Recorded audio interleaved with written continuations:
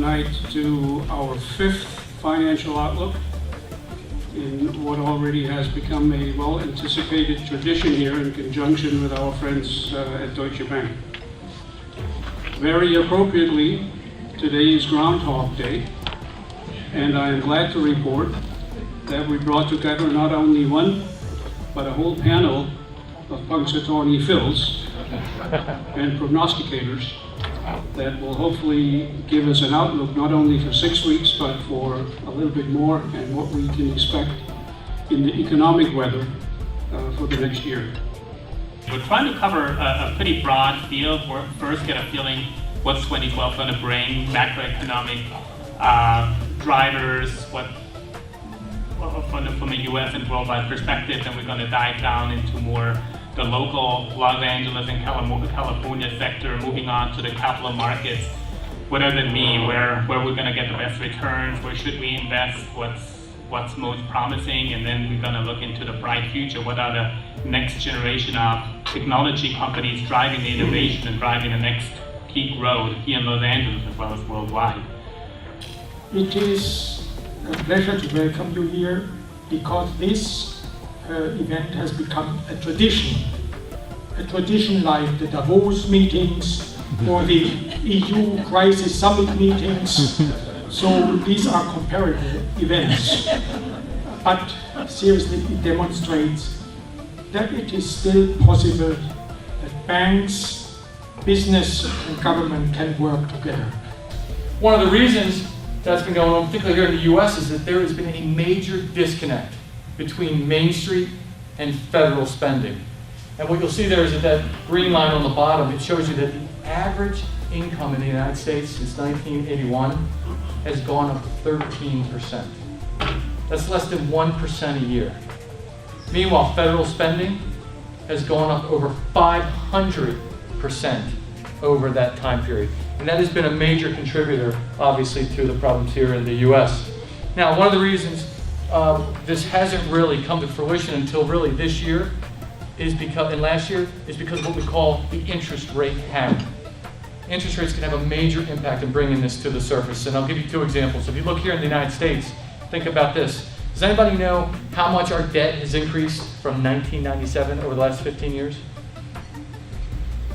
It's tripled. The debt in the US has tripled over that 15-year period.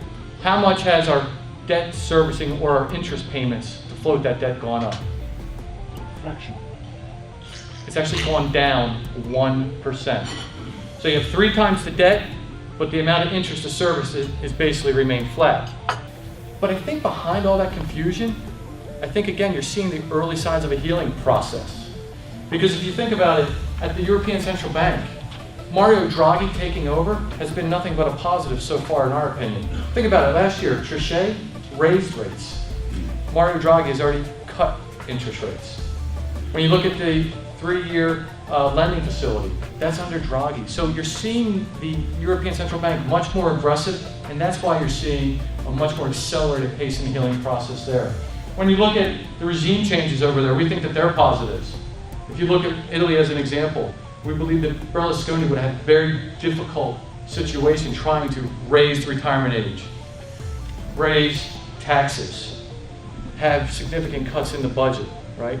But with Monti, he's been able to come in there and do that. That has shown a lot of the other leaders that Italy is serious about what's taking place there, and that's led to, again, more supportive issues over there and a resolution. From a market cap perspective, I like large cap companies over small cap companies. If you look at the earnings revisions that have taken place right now, they're much more favorable for large caps. When you look at valuations in the large cap space are very attractive. And then when you look at the global footprint that large cap companies have, I just think that they're much better suited to maintain their margins and get their earnings that everybody's expecting. What is your outlook for 2012 from a macroeconomic point of view? Where do you see the key growth drivers coming?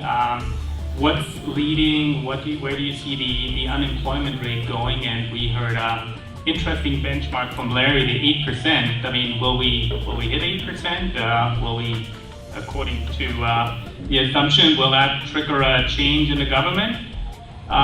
Maybe Kevin, maybe if you can start. Well, normally when you're looking at a situation like the upcoming election, the immediate thought is that the economy and the unemployment rate are going to be the immediate determinant whether or not the incumbent president is going to get reelected. That's clearly a factor right now. It's clearly a factor in a lot of different ways. The actual continued decline in the unemployment rate, however, is going to depend on a couple different things. It's going to depend on whether or not there is an additional stimulus, because there's not a lot right now that's driving confidence in the business sector. In particular, there's not a lot driving hiring in the small business sector, and that's really the issue with this recession and the very slow recovery, is that small business has not been hiring at the rate as it has in previous recoveries. So if the Fed goes ahead with QE3, that will actually have an impact on the unemployment rate and on potential growth. I'm a little bit more optimistic about the outlook for the economy in the US and in California. I see many signs that job growth is accelerating. We see some happenings in the durable goods orders have been rising. The debt services for consumers are coming down. A lot of the problems that were associated with the overhangs during the housing bubble and the real estate bubble are being worked off. So there's a lot of adjustment processes that have already taken place. Any of us here is looking to buy either houses, apartments, or anything alike. What should they buy now? Wait?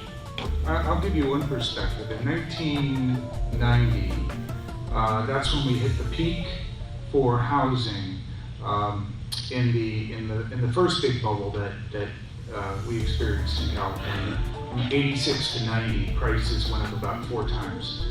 And what was interesting was that when that bubble burst, and it was awful, far worse, by the way, than it is right now, far worse, in Southern California.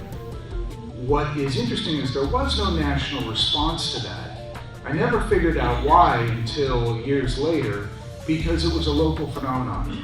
And as many of you know, or maybe don't know, the further you are away from Washington, the less, physically, the less help you get from Washington. And unfortunately, California has no unity, even within its legislature, even within the senators and the congressmen and women who go to Washington. They don't have, they don't vote in a unified way the way Texas does, for instance. So California gets no support. For every dollar we send to Washington, we get 77 cents back. Now, the state of Virginia, as you'll know, that's very close to Washington, D.C. For every dollar they send to the federal government, they get $1.47 back. Again, it's just about natural gas. What do you think the future will look like about the U.S. Catching up to Europe or the rest of the world possibly in that field? Yeah, I'll just say on natural gas, I don't do clean tech investing, but it is a complete puzzle to me, given that we are, one of the giant reserves of natural gas. I wouldn't call us the Saudi Arabia of natural gas, but we're pretty close. Maybe we're Kuwait. But it's never become a mainstream source of or use of energy. I don't know why. We have plenty of it, and there's plenty of vehicles that can be easily converted to natural gas. There might be infrastructure reasons, but T. Boone Pickens famously decided to bet on a conversion towards natural gas because it was much cheaper, especially when oil was at $100 a barrel.